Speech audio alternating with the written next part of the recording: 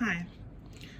In this section, we want to determine the interval validity for differential equation using the existence and uniqueness theorem.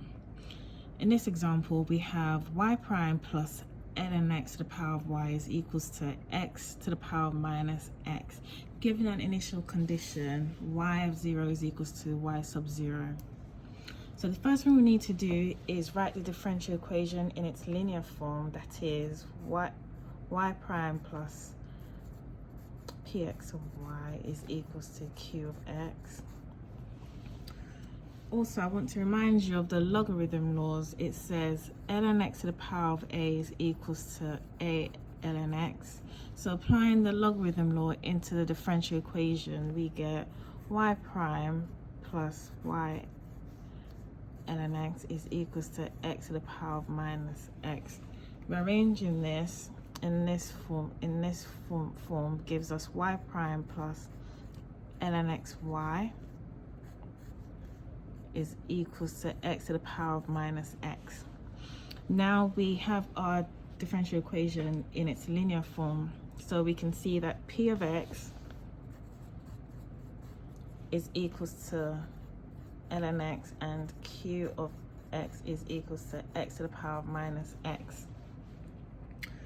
Now, to get the interval validity, we have to know that there exists a solution, and if our initial value falls within the solution, within the interval of validity, then we can say that the differential equation is unique. So now, to obtain the interval validity, I'm using a number line. So we have between positive infinity to negative infinity, and this denotes our 0. So p of x is ln x, and we know that p of x, ln x, is only continuous when x is greater than 0, and it's discontinuous when x is less than or equals to 0. We have discontinuity.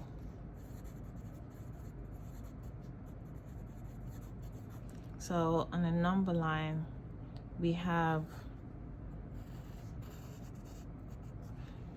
ln x is continuous when x is greater than 0. So continuous, and it's continuous when x is greater than 0. Continuous. I hope you can see that. Yeah, continuous.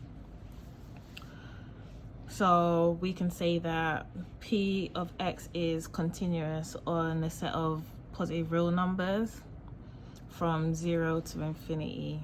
From 0 to infinity. It's continuous set of all positive real numbers. What did I do? It's meant to be positive from 0 to infinity. So now q of x, to find continuity on q of x, first of all, we know that x to the power of minus x is equals to 1 over x to the power of x. Now, to find continuity, we need to make sure that our denominator must not equal 0, because if it equals 0, then we have discontinuity. So looking at this, we know that q of x is continuous everywhere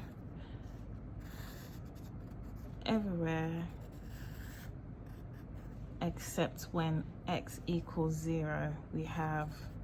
So when x equals 0, we have discontinuity.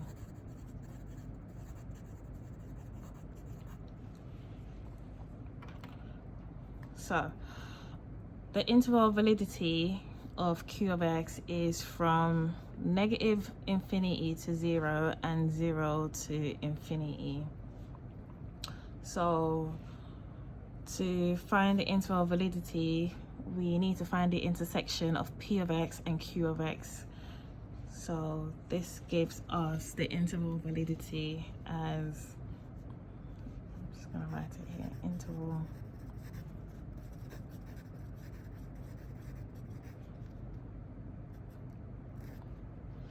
The interval validity is the set of numbers from 0 to infinity, positive infinity. So there exists a solution in the interval from set of 0 to infinity. Now, to find uniqueness, we look at our initial condition.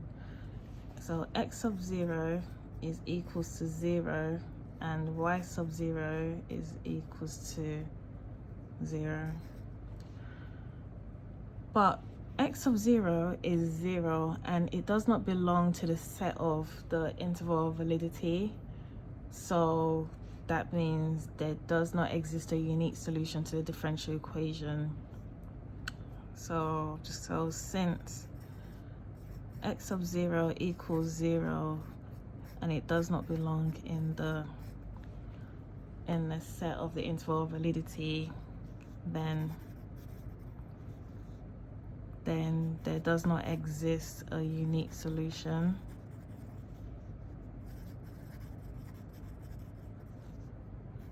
to the differential equation.